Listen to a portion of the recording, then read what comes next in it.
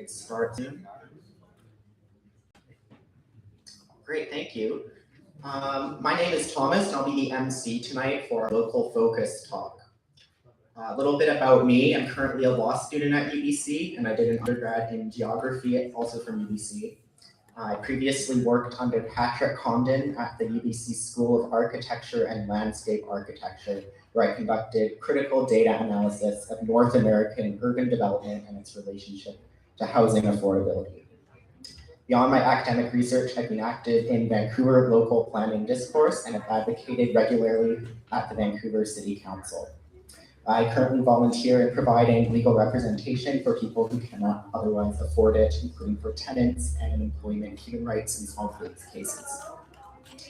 A little bit about Local Focus.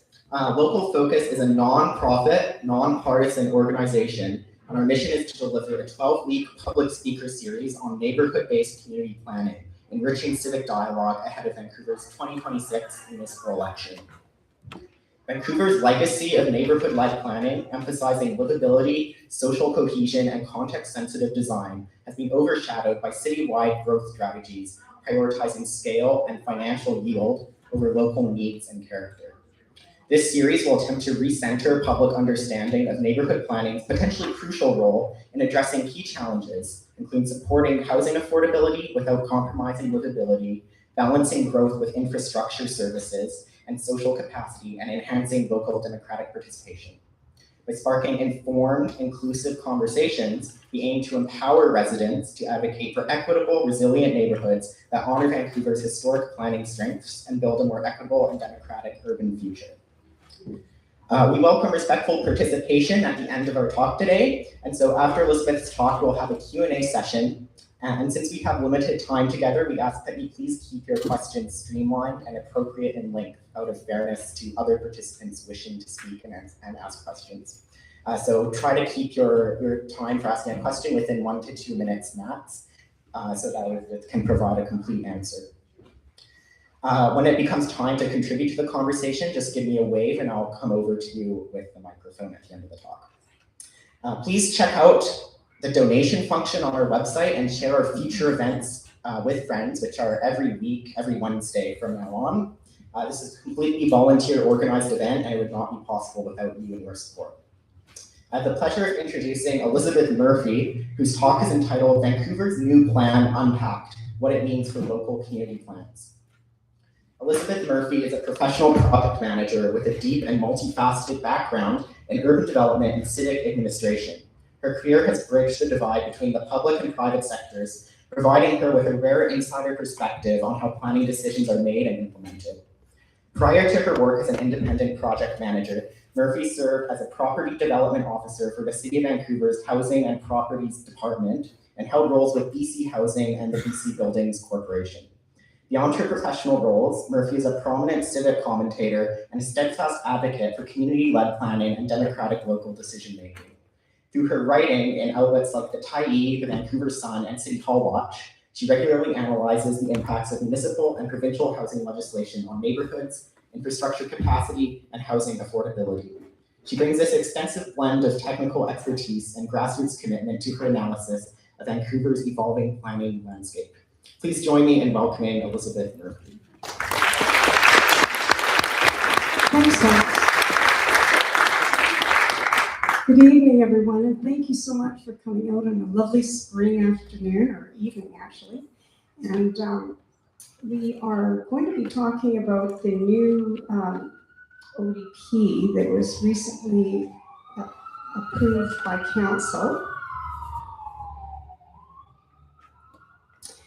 The official development plan was approved actually on March 11th of this year.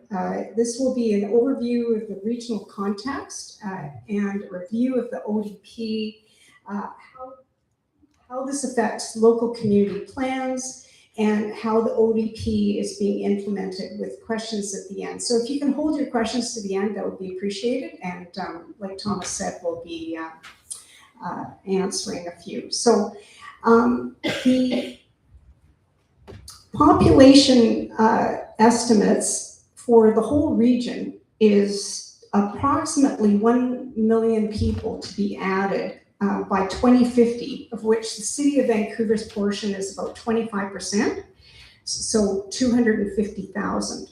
And the regional context is quite important because that's actually part of the ODP. The ODP is actually part of regional planning. So, but the city's projected population to 2050 is over 1 million people for the City of Vancouver alone. So it's very high. And this is based on population scenarios. Oops. Yeah, that's the one we want. So these population targets are estimates that were done by Rennie Associates, which is quite unusual to have this in an ODP. Normally what happens is the regional staff would put this together based on the statistics from both the province and the feds, and that it would be put together. But you can see that the ones that are red, and I'm just gonna point to them. So the red line right there and the one below it, that's what Metro Vancouver and BC Statistics estimate. The ones on the high end are what Rennie are estimating. And what's interesting is they're only using the projections based on what is already approved and in the pipeline and how much population that would create, rather than the other way around of estimating what the population growth is going to be and then estimating how many units you need based on the growth. So they've done it backwards, which is very unusual for any kind of planning. So the additional, the existing zoning already approved and in the pipeline could provide all of the growth to 2050 by as soon as 2034. And the city is using the Rennie marketing population projections from the approved units in the pipeline. That's it. And that's how they're estimated. Basically, it's more or less build it and they will come, sort of how they're estimating things.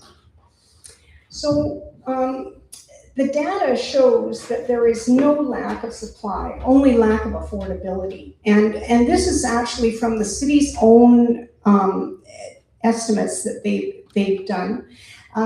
In 2024, they had to do a needs assessment, and the City of Vancouver determined what was their targets and what were the actual needs. So you'll see in here that, again, you've got the yellow is what is mostly needed, and that's the lower end of rentals. And what they're actually building is all the green, which is way higher and mostly market rental and ownership.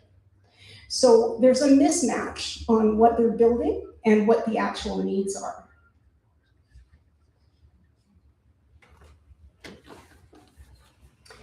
Now here, some of that just got cut off on the top, but what it says is that it's the Metro Vancouver sales. For all of Metro Vancouver, how many condos have sold per quarter? And you can, oh, no, that's not what we want. Sorry, there. You can see that very few have sold in this quarter. This goes all the way back to 2017. And at the bottom, it's the inventory. So this is how much supply. And this is just new supply, not resale, just new supply. So this is what is in this quarter. And this was back in 2017.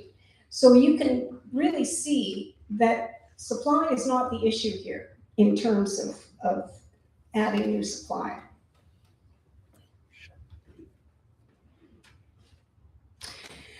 But because the system is completely flooded with all this new supply, and there's no one there interested in buying it because most of it's too small and too expensive.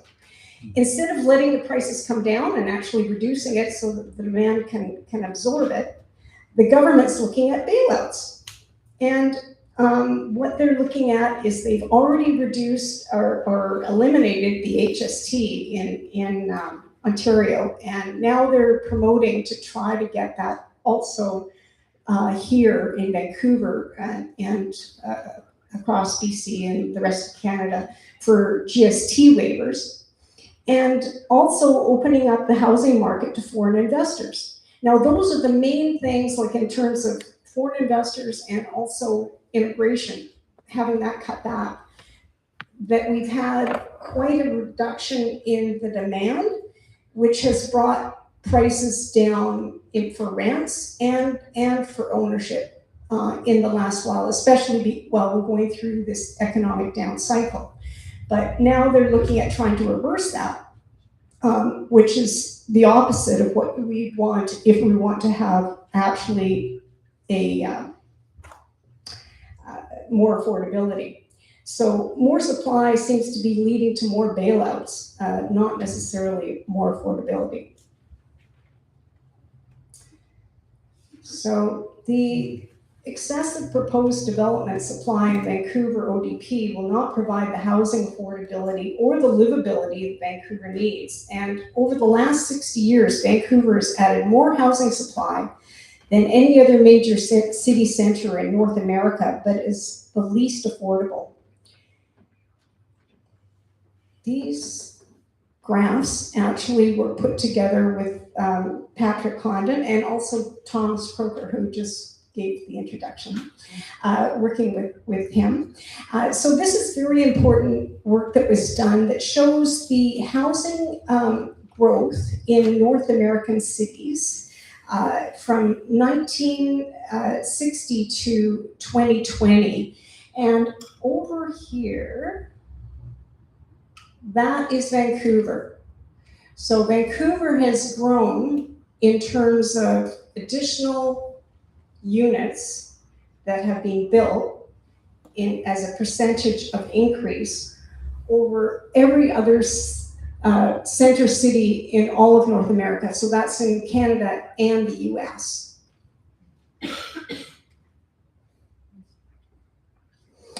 And yet here, this is affordability. So this is the change in median home value to income ratio. And Vancouver is the most unaffordable. So the so-called relationship between adding more supply and becoming more affordable, it would make only sense that if that were the case, that all we need to do is just have more supply in order to make it more affordable. Then Vancouver, in theory, should be the most affordable in North America, and we're quite the opposite. So something's wrong. If we keep just doing the same old thing and expecting different results, well, you know.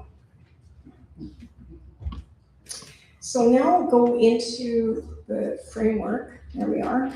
So this is the land use framework of the ODP, and it is the primary plan under the Metro Vancouver Regional Growth Strategy. So the outside here, this blue, that's the Metro Plan. And then under that is the Vancouver Official Development Plan here. And all other city, something happened there. Oh, there it is. All other plans, including area plans, rezoning policies, land use regulations, and permits and licensing, all are directed by that. So that's how important this plan is, because it basically is directing everything. And this is how it's structured in the ODP. So on the far left is what's called the Urban Structures Strategy. That's this one. And then it goes to area plans, which is incorporated into area plans. Then it's incorporated into generalized land use designations, and that becomes zoning and development bylaw. So that's how it basically is structured within the ODP. So this map here is the urban growth strategy from the Vancouver plan. So the urban growth strategy and the urban structure strategy are essentially the same. They just changed the name in the ODP. And it has a lot of big swoosh marks all over the place, but it effectively means that most of the city is intended to be upzoned. And this is typical ODP land use with typologies within the ODP. So you have various sizes, basically, of apartment buildings. That's essentially all they've got in there. So the urban structure strategy provides guidance and direction on how the city will accommodate growth over the next 50 to 100 years. That is a quote from the ODP. But in reality, much of this is already in the process and will go to public hearings in the second quarter of 2026, basically now, this spring. And this includes neighborhood centers, the villages, and more. And I'll go into what those mean. So this is the generalized land use map for rezoning. And essentially anything that's in this plan now can be rezoned without a public hearing. So from the time the ODP was approved, either the city can bring forward area-wide rezonings if they're consistent with this plan, or individual spot rezonings can go ahead without any public hearing at all.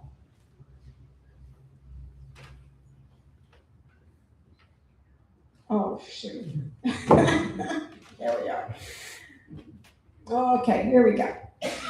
So the ODP has just a very few typologies that are essentially apartment buildings of various sizes.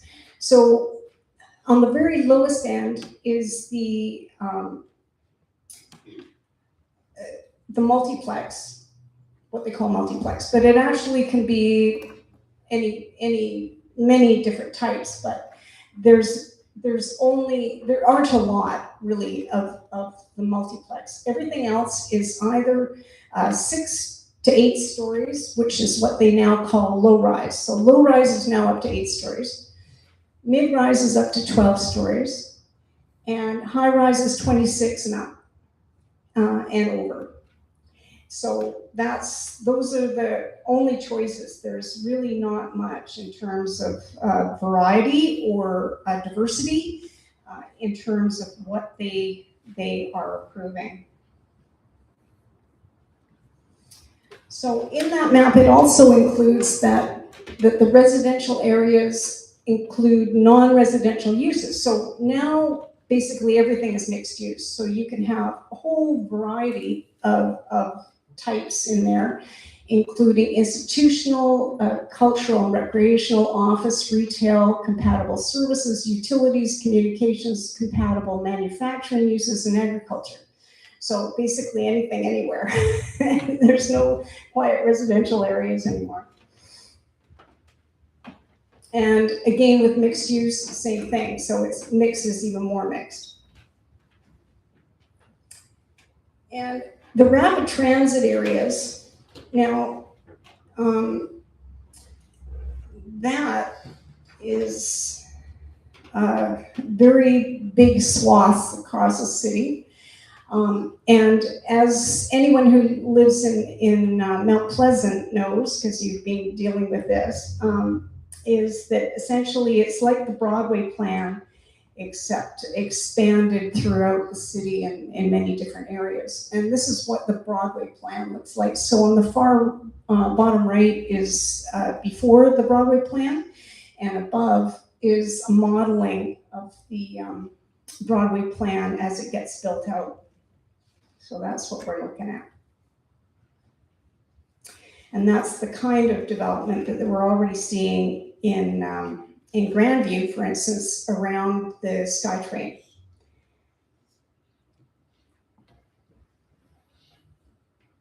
Now, the neighborhood centers, this is a newly kind of created idea. It's not just the shopping areas, it's quite a wide swath all around the shopping areas. And but they're already rezoning these. So there's two parts to this, and it's coming forward for rezoning by the city for all of these areas. And that's coming forward in just a few weeks. Part of it is already being referred to public hearing, which will be in early May. And these include like here, these are all the C2 zones, which is all our shopping districts. So Commercial Drive is part of that, but it's going to be apparently, because it's in the Grandview plan, they have to amend the plan first, so that may come secondary. But essentially, what they're doing is they're upzoning it to allow for hotels and potentially other high-rise development that will go all the way to 8 stories, not high-rise, sorry, they call it low-rise, but it goes up to 8 stories. So all up and down, all the main shopping districts, like on Main Street and all of the character areas, and many of the local shops will be priced out with the new development, and it will end up being more for chain stores and you losing a lot of the character.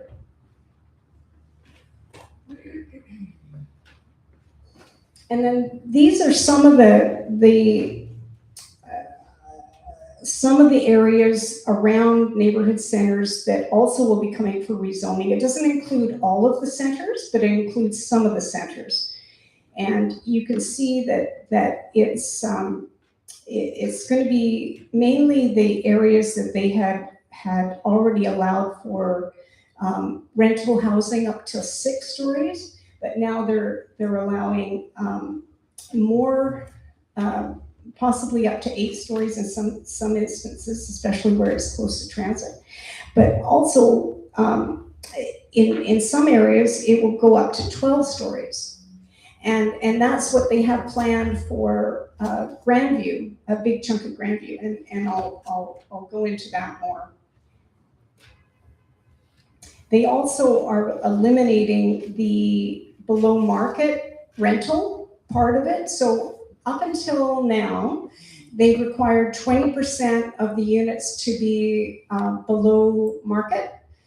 Now they're pretty much eliminating that entirely, and only in areas where the numbers actually work on a pro forma will they require up to 10%.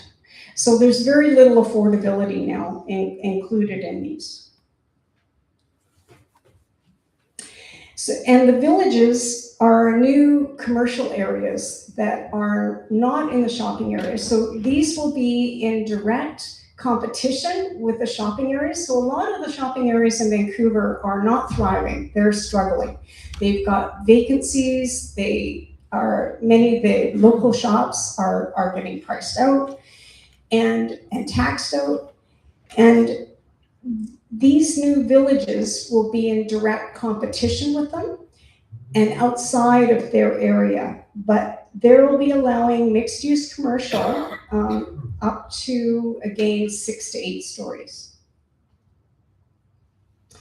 So this is all of the villages across the city, and there's a lot of them.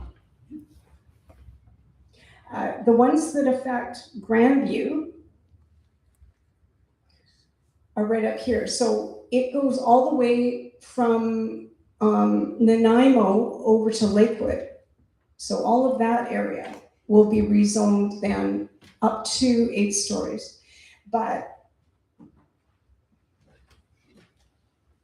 so the multiplexes that are now in that area will let me just, yeah, there's multiplexes in those areas now, but they're heritage, with incentives for retention. They're all RT zones, so all of the RT zones will be gone. Actually, I'm going to go into the Grandview plan later. And then multiplexes, which is the R11, that covers most of the city, but really in reality, after you add all these other things, there's going to be not much left in terms of multiplexes. So you can see that all of the higher rise is all the colored stuff, and what's left over in the white in between, that's all that's left for multiplexes. And there's not a single map in this whole ODP of the neighborhoods.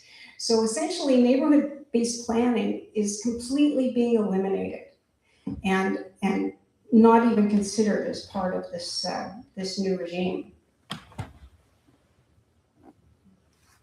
The only community plans that are left now that they've already withdrawn most of the community plans, like all of the community visions, that was withdrawn. There's only a few that are actually left. One of them is the Grandview Woodlands plan. And the community plans are now going to be subject to the ODP, so become mostly irrelevant.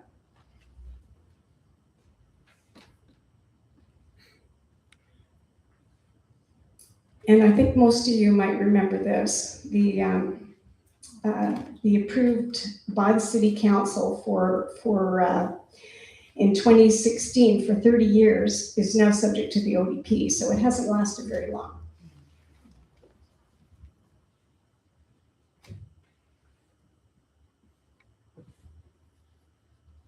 There we are.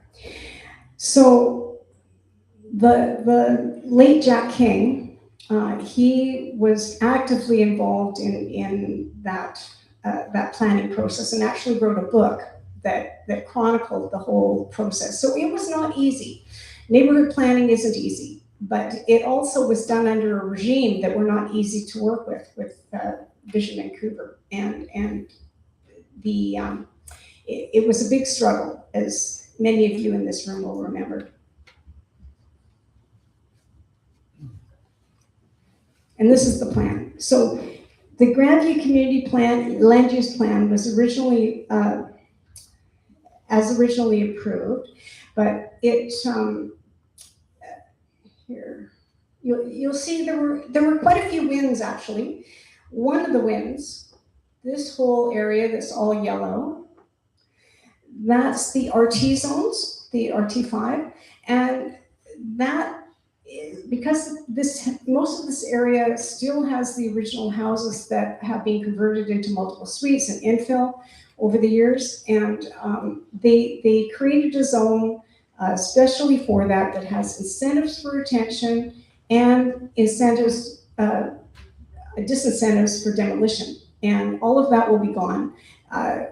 Most of it will be rezoned for either higher density or a few little bits of multiplex left, but not much.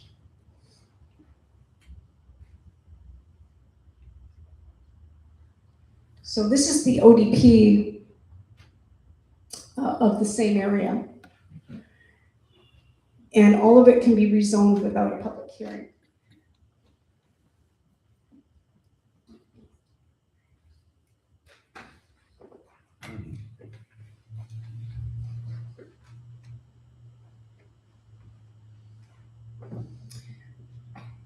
So this is from the ODP, but it's the strategic growth strategy. And it's very fuzzy, as you can see. And it's intentionally fuzzy so that people don't really know what's going on.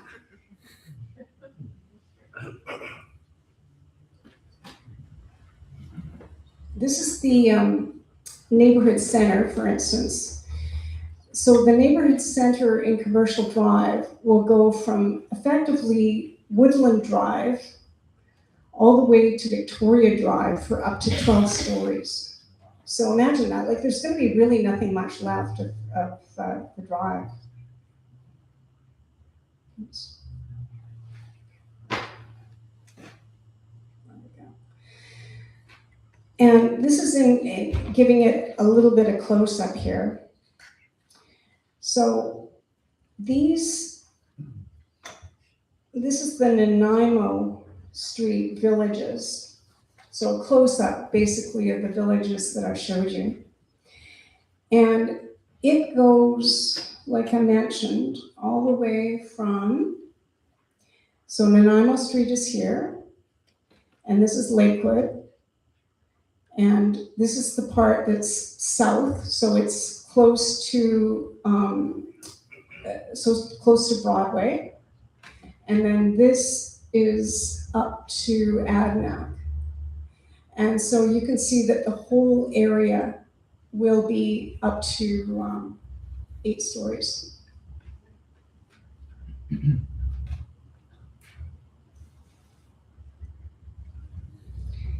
So all of this planning, oh, wait a minute, no, I missed a bunch, here we are.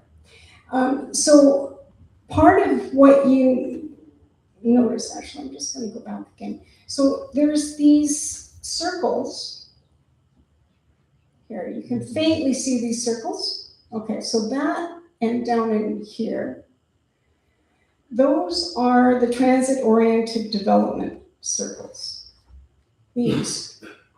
And within these, there were, normally they have been mandated by the province to go up to 20 stories within this circle, 12 stories within that circle, and 8 stories within this circle. But, and then that's overlap, of course, between the 2 stations. But what they did was they brought this to council that asked for the combined areas to actually be up to 20 stories and expanded also to 12 stories. So there was essentially not even 8 stories. You know, so there's scope creep way beyond even what is mandated by the province. And how this is really, there we are. So this is Trout Lake View as it is today. And this is just south of the area. And this is what it looks like with just a few of the towers that have been recently approved. There was a big pushback. They've paused them. They will be coming back. But that's only partly built out. So you can imagine that once you build out all of those towers in Grandview, you're going to end up with essentially no views from Trout Lake. And you know, there's so few parks and especially any kind of lakes on the east side or with a view of the mountains. And these things need to be treasured, not just taken for granted. So these are the existing community facilities that are noted in the ODP, but nothing is increased. Same as public schools, no increases. Few arts and cultural and heritage, even for these 250,000 new people, very little addition. And the current parks with little added. So in summary, essentially you've got a whole lot of density and not a whole lot of amenities. And for supposedly more affordability that isn't going to come. And it makes you really wonder, what is the point of all of this when we're not really building the type of housing that we need?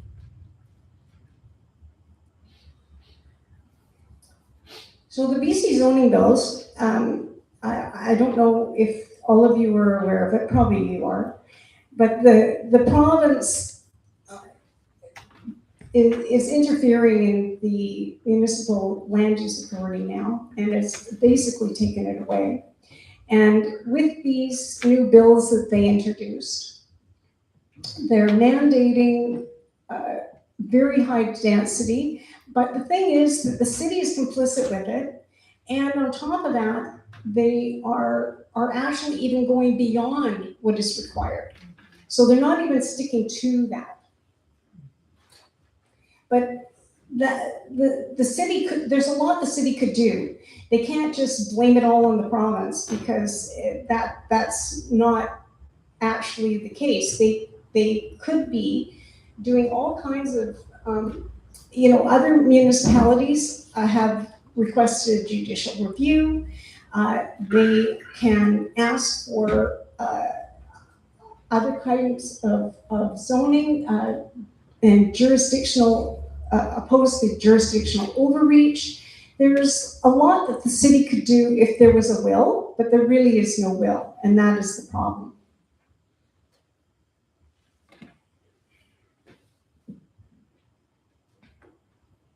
But anyways, in spite of all that, City Council approved this unanimously. And it was opposed by 294 people and only supported by a very small portion of 51. And it was unanimous. And what's interesting is it's across party lines, left, right, doesn't make any difference. They're all just following the same, which is really a problem. So for change in direction, we really do need a new city council. We need a new regime. We need a new way of looking at things so that we do actually end up with some livability and affordability in the long term, because we're not going to get there. And we need to have this, this to be repealed and to go through real neighborhood based planning that is participatory, includes the community, and becomes something that we all, for next generations and future generations, all can live well with. So what you can do, get informed about civic issues, subscribe to City Hall Watch, because they actually do report on what's going on, and it's one of the few areas that will give more analysis. And then vote in 2020, this fall in 2026. Make sure that whoever you vote for is willing to withdraw the current ODP and get into proper neighborhood-based planning. That's it.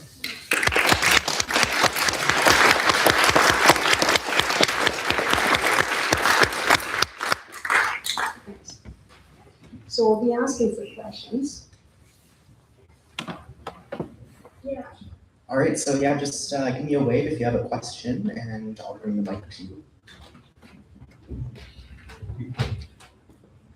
Hi, got Charles Kelly. I'm a candidate for team, and our fundamental point of view here is that when it's elected with the majority council, we will repeal the OCD. That's an absolute commitment, and we'll move on from there.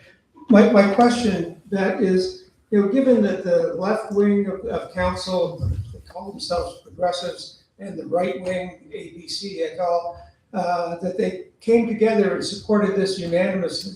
What's behind, what in your view is behind this unusual alliance of, the progressives and the right wing to endorse, such a proposal or program, which ignores the basic rights of citizens? What do you think's behind that?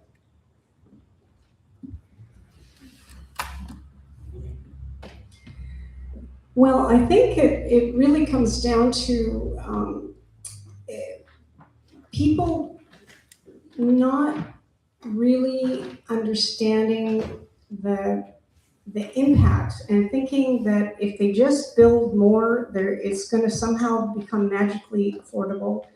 And I think really the main influence here is the development industry has a lot of pull in both the left and the right. And everyone just seems to be following that. So it's really unfortunate, but that seems to be where it's coming from, I think. There's someone up front.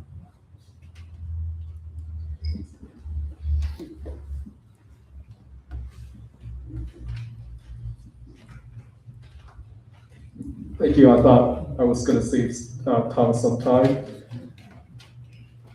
What do you think is needed to make the ODP density work? Do you think it depends on the mass immigration gravy train and the make snow washing great again to come back? Thank you.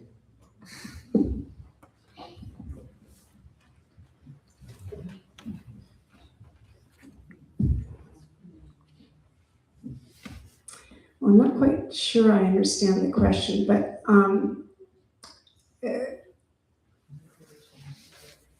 yeah, I'm not quite sure I understand the question. What would make it?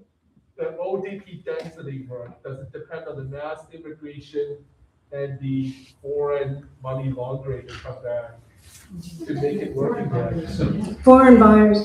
Well, yeah, like the reason that they banned foreign buyers at the federal level and also have brought in quite substantial taxes at the provincial level to disincentivize the commercialization of our housing is because that demand was coming all from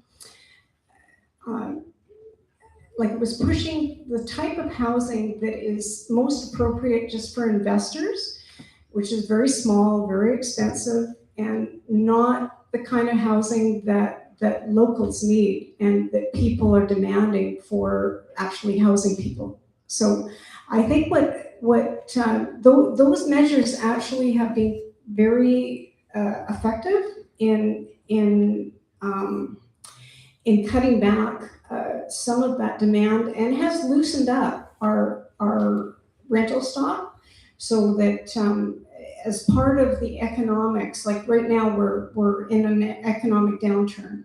So rents and prices would be going down anyways, but having this extra pressure from external forces definitely makes a big difference in terms of where the demand is coming from. And to reverse that, be a big problem. So I think we need to stick with at least those rules that we have, but also to let the economic cycle work its way out. So, big bailouts, I don't know. Like, is that really going to bring any affordability? The whole idea behind our theory behind adding more supply is that eventually it'll bring prices down. Well, now that it's bringing prices down, it's like the big crisis that there's a reduction in prices. So we better bring back the foreign investors to bring it back up again. So, the theories just don't seem to work.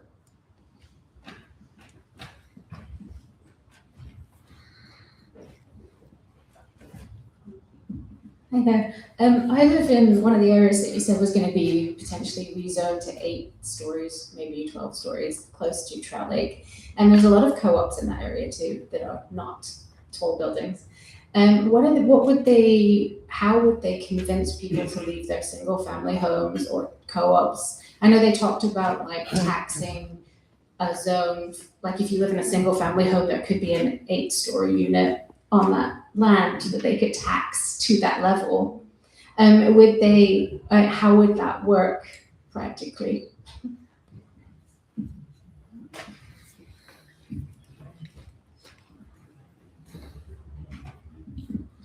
Well, property taxes are based on the BC assessments, and the BC assessments are on the highest and best use. So if it is zoned for an 8-story multifamily zoning, then that's what the land is worth. So what does end up happening is that upzoning has the effect of inflating land values. And that is a big part of why when Vancouver has built so much more density over, the last 50 years since the 1960s, that we haven't gained affordability. It's quite the opposite. So that's just an example of the impact it has on affordability by upzoning.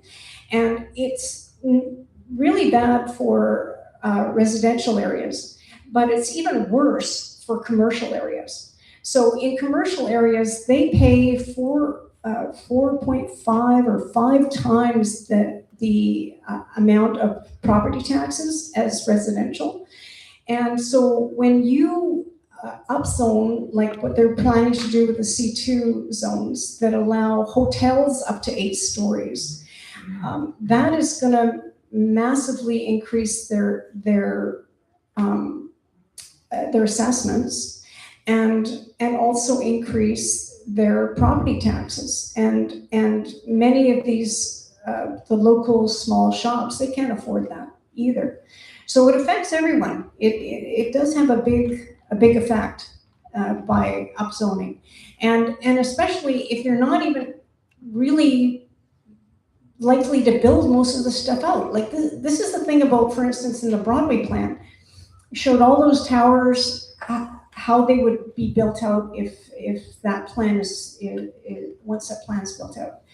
Well, there's all these spot rezonings that have gone through.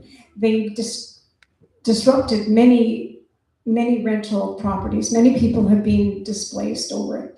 But a lot of those will never be actually built, and they're just trading the upzoning from the land and the land value without actually building anything, without even the intention of building anything, possibly for a decade.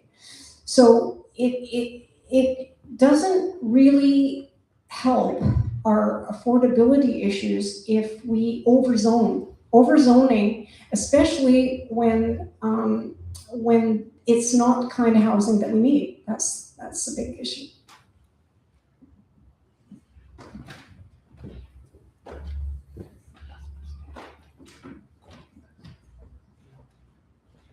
Hello, my name is Peter Tu, and I'm with team as a candidate in support of their platform.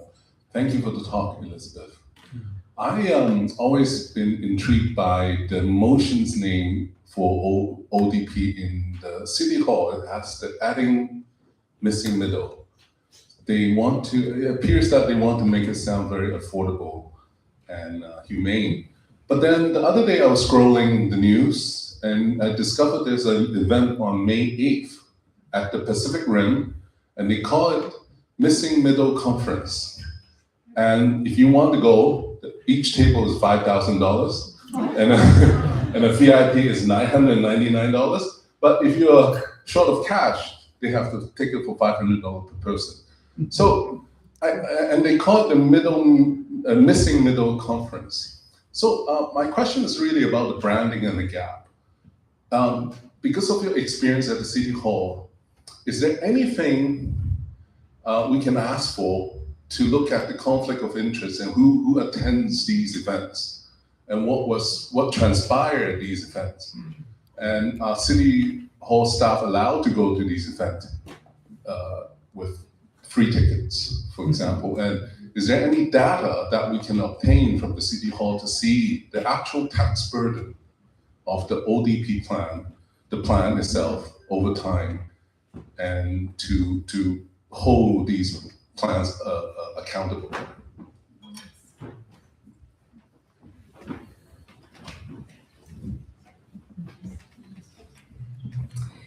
Thank you. Well, yeah, there certainly needs to be more transparency at City Hall. Right now, which is quite an interesting thing that only has come to light fairly recently, but there's been quite a bit of work that has gone on to try to bring some transparency, for instance, to UDI, the Urban Development Institute, that represents all of the developers. They're a lobby group that are registered as a lobby group. And yet most municipalities are members of UDI. Now think about that. Like, isn't that a conflict of interest? Very strange. And very recently, there have been a few municipalities, and I'm trying to remember the names of them over on the island, that actually have voted to not renew their membership with UDI. And there's been some pushback on some of these things, but of course, City of Vancouver, still in there. And from what I understand, I don't think that they've stopped being members, but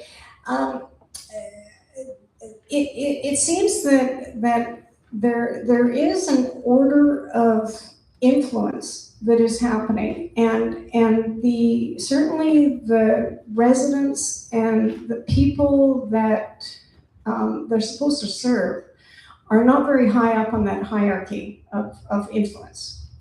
You're getting a lot more from the industry side than you're getting from the public, and I think that's a big problem, and it certainly is reflected in this plan. There was very little in terms of actual outreach and very little in terms of influence, but there were a lot of industry opportunities for input on the plan, and that's reflected in what ends up being approved. So anyways, yes, I think that there's big room for more transparency at the city. I mean, even at the city, there used to be a directory that had like an org chart of who's who in the zoo, who all the staff are. And they used to actually have phone numbers attached to them. Now there's nothing. None of that is on the website anymore. If you actually want to talk to someone directly, you have to go through 311 and you'll never talk to an actual person. All you get is referred around, but not to actual people, and then they come back to you. So it's like there's no accountability and there's no transparency. This is a big issue for the city, and it needs to be opened up.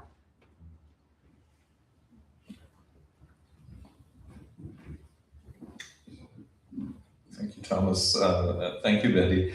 One of the big questions people are asking is, who is all this development for? And, I just wonder if you could provide a little bit of commentary on short-term rentals, because municipality, sorry. It hurts to stand, thank you.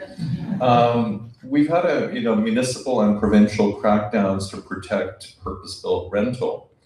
I learned that any such restrictions wouldn't apply to First Nations land, and it gets me thinking about whether the massive Jericho development falls into that category, so it could be potentially 100% investor development.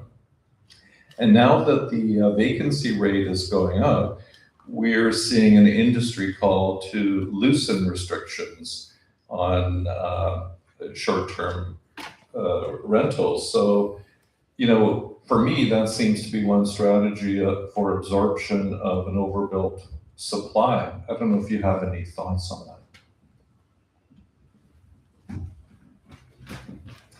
Well, in terms of First Nations land, I believe that even though the Sanok is reserve, I think there still are, well, maybe it's the Residential Tenancy Act that applies, but maybe not the other issues.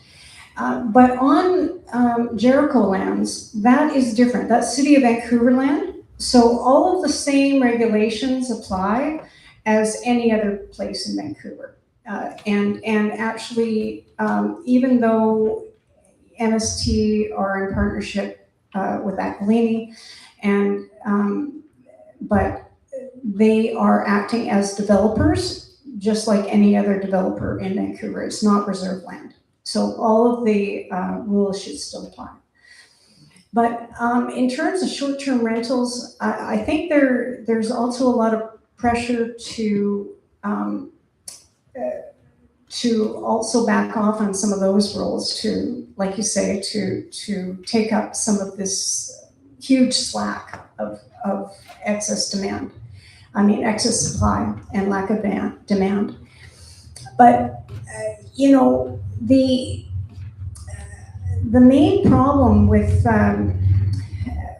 all of this, the supply, is that they're still calling for that we have a crisis of not enough supply. Like at what point is there no longer a crisis of supply, when in fact it's all about affordability, and that is just you know, has to change. Like, they can't just keep thinking that any kind of supply is good supply, because it's not.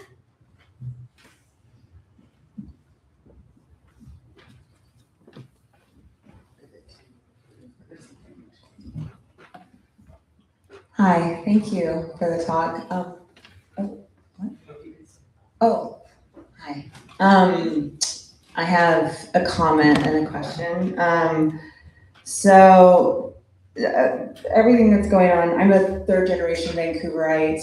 I had two working parents that were, you could call them working poor, who were able to buy a home in the 80s, luckily, and scrape by. But, you know, I learned to swim at community centers and believe in the public school system and all the good stuff. I think what's happening right now is, I think the definition of insanity is doing the same thing over and over again, expecting a different result.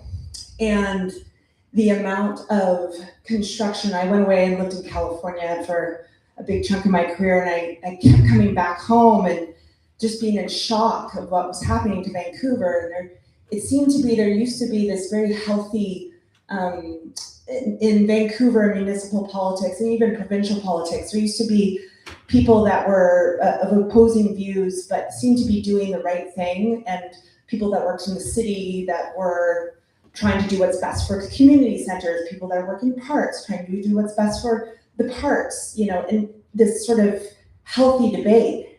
Now what we're seeing is just the same developer talking points and jargon that is going across party lines. It goes across City Hall. And as someone who's worked in the corporate environment for a very long time, to me it breeds like extreme corruption, and it makes me really, really sad. That's my comment. And I also want to say we do not have a housing crisis, we have an affordability crisis. And I'm a homeowner, I obviously benefit from rezoning, but I also love people that are renters and who live in co-ops, and I want people who are like my parents to be able to raise their kids and not have to live in a shoebox and in a concrete jungle. So one solution that sort of popped to my head, and I would love your feedback on this, and this is where my question comes in. What does, like, historically, how have all these beautiful older buildings built in the 20s and the 1900s, is there any power in preserving our historic older homes or older apartment buildings? Because again, I've seen empty commercial space everywhere, and yeah, that's my question.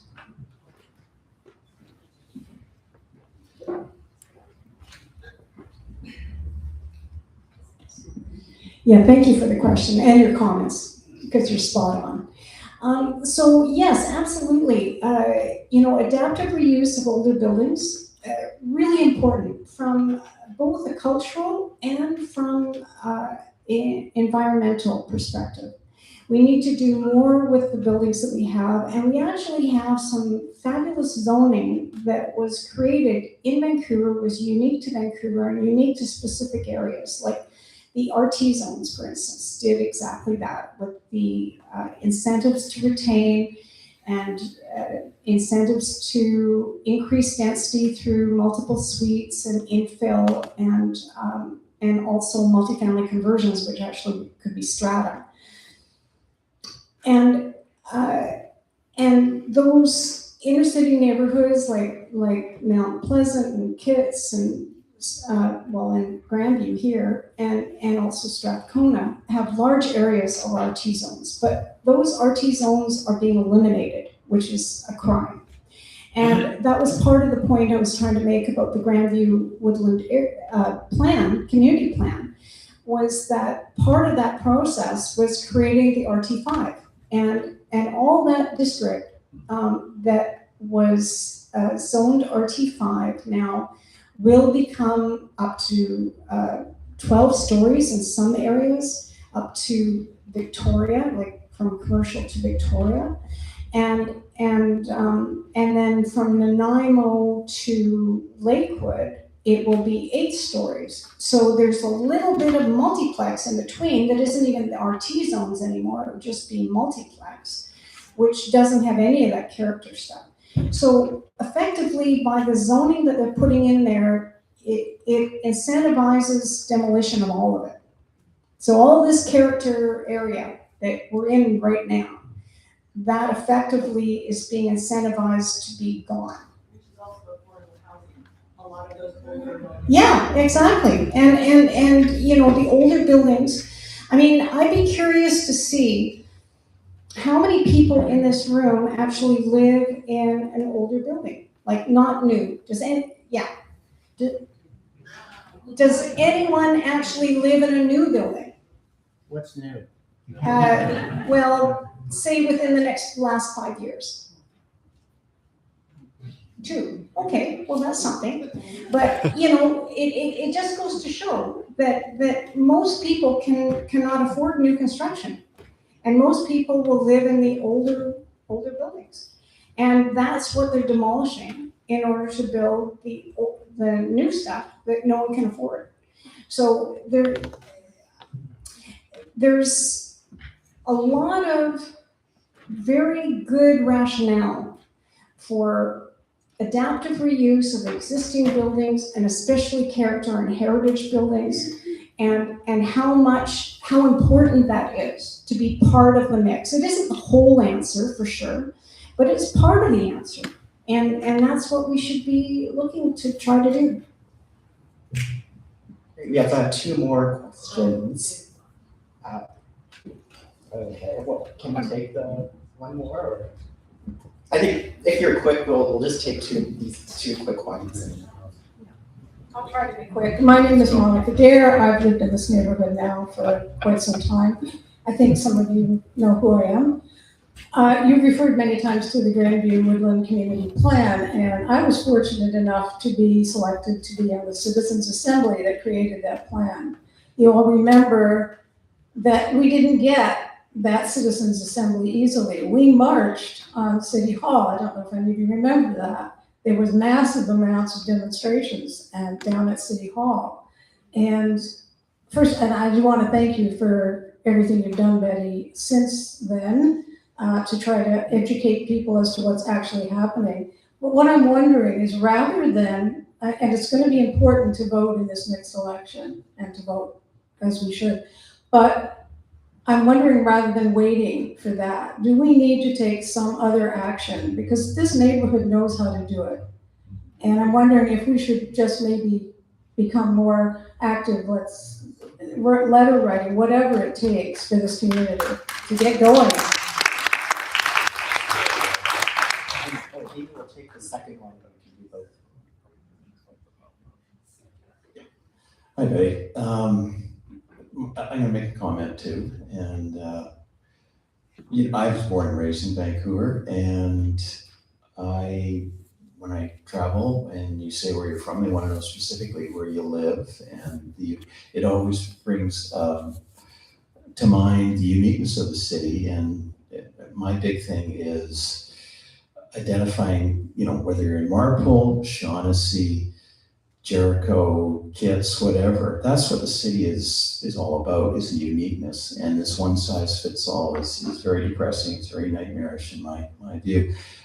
But what I wanted to ask is this council, you study this in that the chart that Patrick, I think, put together showing the density, the build here.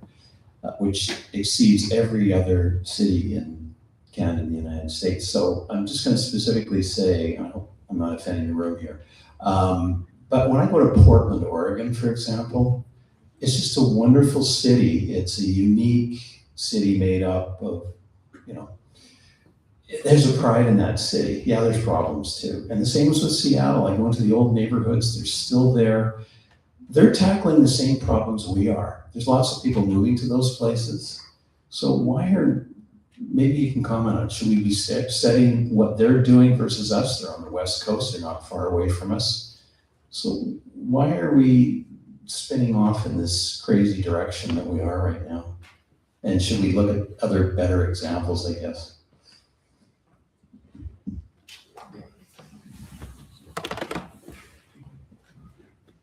Thank you. Okay, so for the first question regarding Grandview, I absolutely agree with you that Grandview knows how to raise a voice, and certainly should be doing that, especially because this quarter, this spring up until June and July, they're going to be bringing forward all of these rezonings. And there is an opportunity there to make it well known that this is not supported by not just the Grandview neighborhood, because they affect all these neighborhoods across the city, but certainly, Grandview should be absolutely getting out there. The first rezoning that's going to be coming up shortly is the one I mentioned about the C2 zone. So those are all the shopping districts. That's going to be coming up. And then after that, there's the neighborhood centers and the villages. All of this is coming forward. And, the problem is that if people don't say anything and don't take action and don't even know about it most of the time, like how many people here actually even knew about the villages and all this additional stuff? Probably not that many. Yeah, a few. But a lot of people don't know what's going on. So, but if they don't show up and say that they're opposed, then the city just assumes, oh well, no one cares. It's not that bad, and they just push right through. So I think especially in an election year when there's so much at risk with what they're proposing, there needs to be more community activism, absolutely, because that's all you've got left, essentially. There's no one speaking for you at City Hall.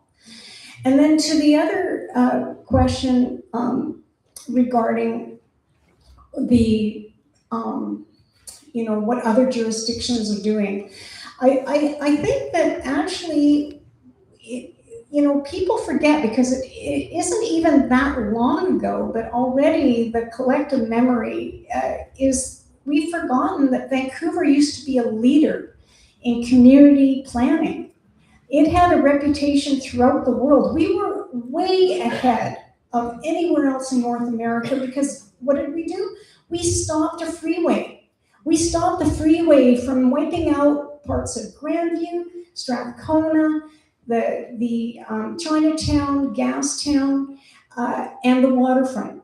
And instead, we put Vancouver on a whole different path than every other city in North America. Were bringing highways into their downtowns and wiping out their inner cities as slum clearing. And instead, they replan these neighborhoods to be thriving, to bring people back to their downtown. We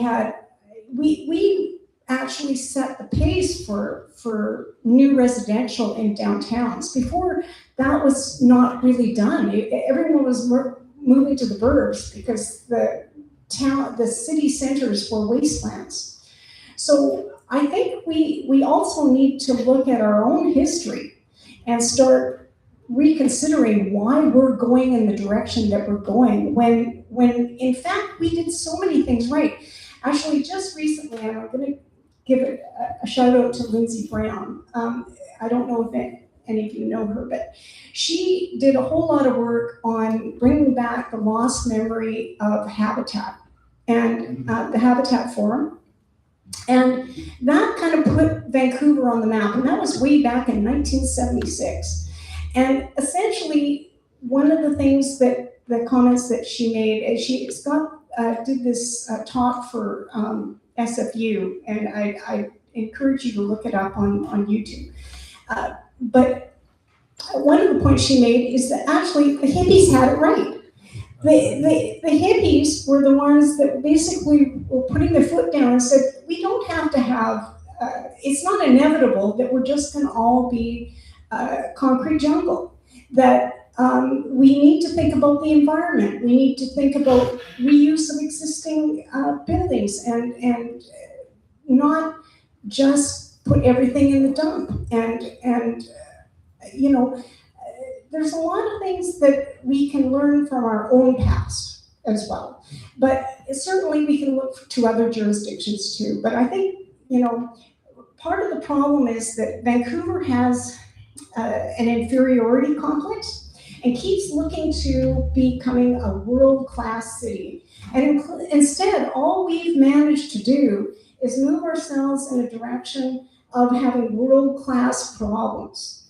And instead of, you know, staying on the path that we actually knew well and we were actually in the right direction, it just needed, you know, we did need more growth. We did need to reconsider some of our plans, and we did need to, and we still do, need to allow for growth for the future. But it doesn't have to be the same as everywhere else. We can do things differently, and I think we need to, you know, get back to being a bit of a rebel. You know, like we don't have to just do what is now considered to be the norm, which is more supply, more supply, more supply. We can actually do what is needed. So on that.